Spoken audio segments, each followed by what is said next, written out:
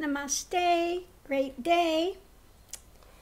I wanted to do another reading from the oracle cards.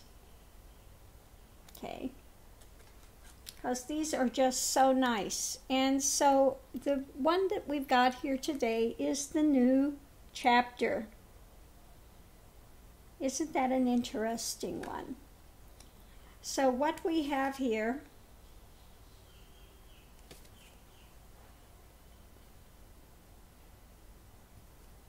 and unfortunately they made a little mistake when they printed these. These are the 4 lower Sephiroic cross angels of fire. Okay, the cross angels of fire. So this is an interesting reading. I'm just going to read, for the most part, from the books because they are very detailed and very nice in what they're saying exactly for this reading. Okay. The card shows these 4 angels walking along and across a burning desert. They inhabit the formless and barren regions of the watchtower of fire. The atmosphere of this card suggests the natural sense of desolation that exists in the spiritual regions of formlessness. So this goes quite well with the new chapter. And indeed, when one enters that realm of formlessness, it is totally a new chapter. Okay. We are so accustomed to forms that the realms of formless spirituality seem bleak and barren by comparison. According to human brain thinking, these lofty regions seem like a dry and barren desert. The process of spiritualization is sometimes referred to as letting go, because we must leave behind all of our treasured concepts and images about ourselves. In both love and death, we let go of ourselves for a while. And for this reason, most people fear to love and fear to die. And yes, this is exactly what has to take place if one is entering a new chapter or realization. One has to go beyond those identifications and enter into this formless realm. So it takes also this absolute trust, because one enters this death before death, and one has to, at that point, totally surrender that ego identification. One has, by this time, here's the ego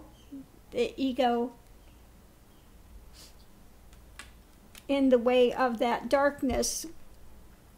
Okay, so let me go ahead and read this, which is, you've already at this point challenged that darkness and the drama and have chosen the light. So let's go ahead and read. I just like the way that they put these in here. Okay.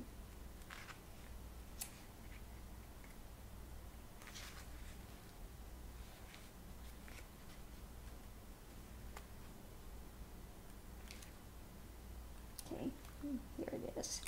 Okay. The scene is not much changed from the other side. The devil is not changeable. He is what he is. It's a mistake to think that there's another side to the devil, some loophole through which the clever can escape.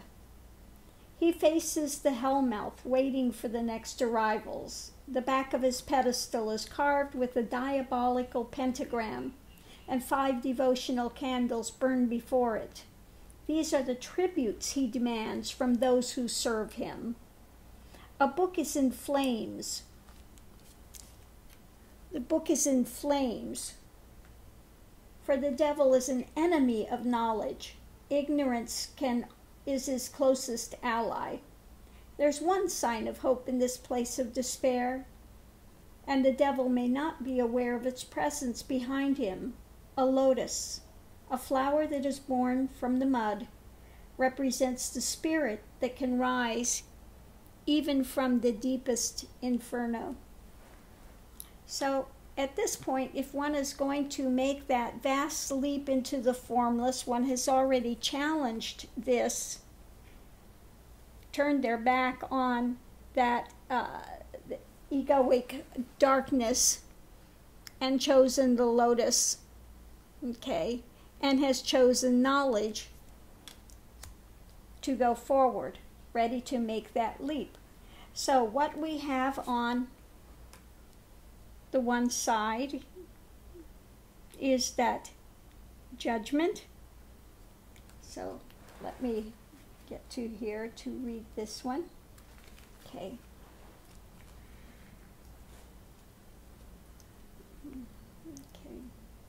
The day of judgment is here, when all people must come naked and without shame before their deity and be judged according to their deeds. The angel of the resurrection appears in a blaze of glory, carrying the power of the sun that shines within him. His eyes are far beyond mortal forms, and nothing is hidden from his sight. In his right hand he holds the shofar, the ram's horn that's blown on the Day of Atonement. A woman, a child, a man approach over the cracked and barren ground. Nothing grows here, and all matter is burned away in purification until only the spirit remains to be judged. So again, this is like when you have to go through the process, all the dross is burned away. One has to burn the dross away. It says a time of spiritual awakening has arrived. You're called to atone for your sins, to correct your mistakes where is possible, to ask forgiveness, offer forgiveness to others. Okay. So it's a chance to wash the spirit clean. Again, one has to let go of all these dramas, and one has come to that point of judgment. Okay. What's on the other side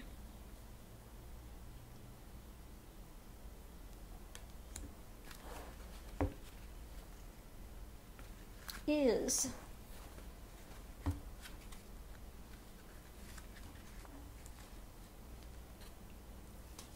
the king in full armor stands immovably in an arid landscape, his falcon at his feet. Unlike the knave, knight, and queen, he is firmly grounded, not upheld by the winds and clouds. His sword is also grounded and pointed to the solid earth. A butterfly is emblazoned on his breastplate, and his purple cloak emphasizes his majesty. His expression speaks of wisdom well as strength. This is a man who has learned how to master his temper through long years of self-dedication and self-discipline. He thinks things through rather than acting impulsively. He's well respected as someone who can always be trusted to tell the truth, whether it's the truth you want to hear or not.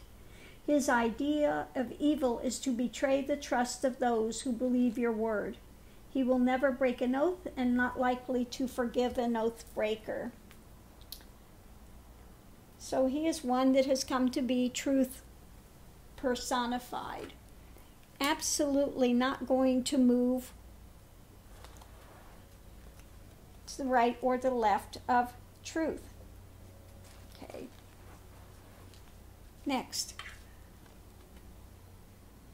Above it, we have a king. Sits upon a rocky throne under a starry night. He wears a golden gold fish upon his breast. His right hand lifts a silver chalice. His left hand holds a scepter, topped with a bronze water lily. His gaze is steady and perceptive. He seems to look into your heart and perhaps your soul too. Everything about him speaks of a love of beauty and attention to symbolism.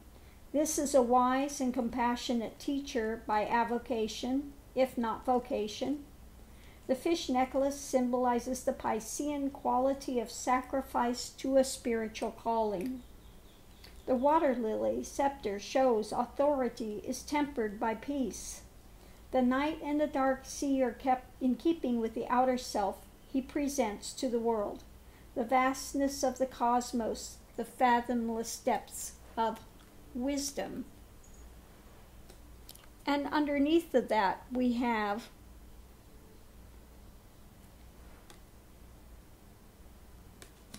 the back of Temperance.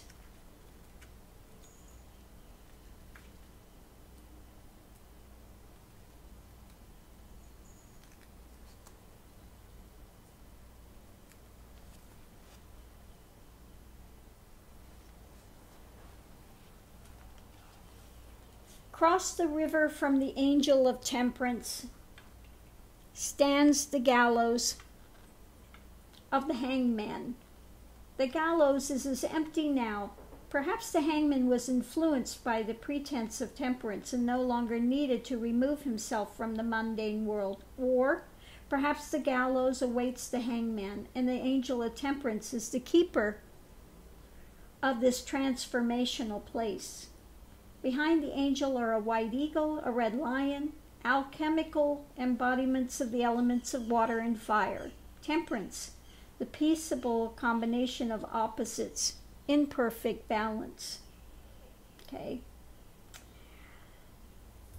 So, one has to come to a perfect balance and surrendering of that ego. Okay.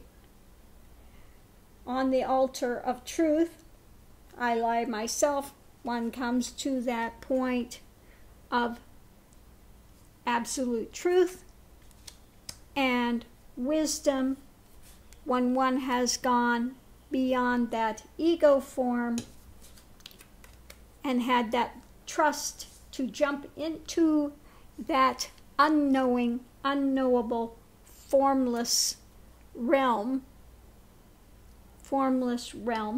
of divinity, which is a whole new chapter, a whole new expression of what one is and one is not. So I hope you've enjoyed this reading today about the new chapter.